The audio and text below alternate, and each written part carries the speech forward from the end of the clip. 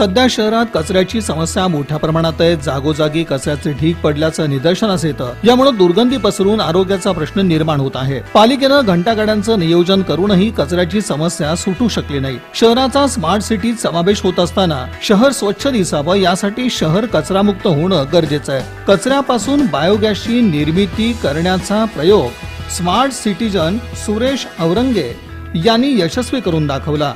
बायोगॅससाठी ओला कचरा लागतो। सुक्या कचऱ्याचं रूपांतर ओल्या कचऱ्यात करण्याचा प्रयोग सुरेश औरंगे यांनी केला।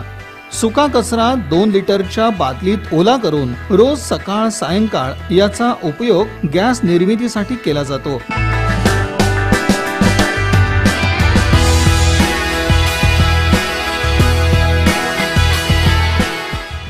घरातील कोणत्याही प्रकारचा कचरा इतरत्र न फेकता औरंगे हे या टाकाऊ कचऱ्याचा पुरेपूर फायदा घेतात। 2 प्लास्टिक टाक्याचा वरील भाग कापून त्यांनी टाकला। एकावर दुसरी टाकी पालथी ठेवली। ओला कचरा टाकण्यासाठी 3 इंची पाईप टाकीला जोडला। जास्त झालेलं पाणी बाहेर येण्यासाठी टाकीच्या मध्यभागी 2 इंची पाईप जोडला। वरच्या टाकीतून मिथेन गॅस बाहेर पडतो। वरच्या टाकीला एक आउटलेट काढून ते पाईपच्या साह्यानं घरात नेऊन शेगडीला जोडण्यात आलं। गॅस सिलेंडरच्या वाढत्या दरामुळे याला पर्याय म्हणून कचऱ्यापासून बायोगॅस निर्मिती त्यांनी केली असून महिन्याकाठी 450 रुपयांची बचत झाल्याचं सुरेश औरंगे यांनी इन न्यूजशी बोलताना सांगितलं।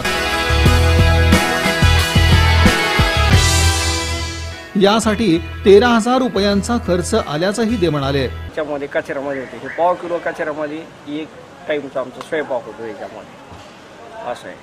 आणि ह्याची जी पाईपलाईन आहे विशिष्ट प्रकारची पाईपलाईन करावी लागते। मध्ये गॅसची पाईपलाईन आहे आणि गॅसची शेगडीची रचनाही करावी लागते थोडीशी। याच्यामध्ये आमचे जे भाऊ आहेत इंजिनियर त्यांनी मला सपोर्ट केला। माझ्या मुलीनं 1-2 वेळेस आम्ही हे टाक्या कापल्या फेकून दिल्या।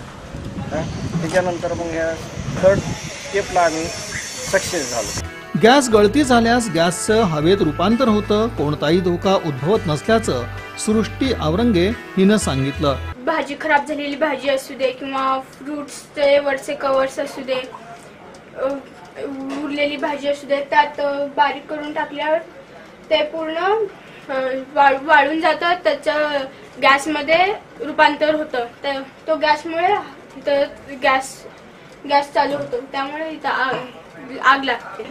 या गॅसने पोल्युशन वाढते, गरमी वाढते।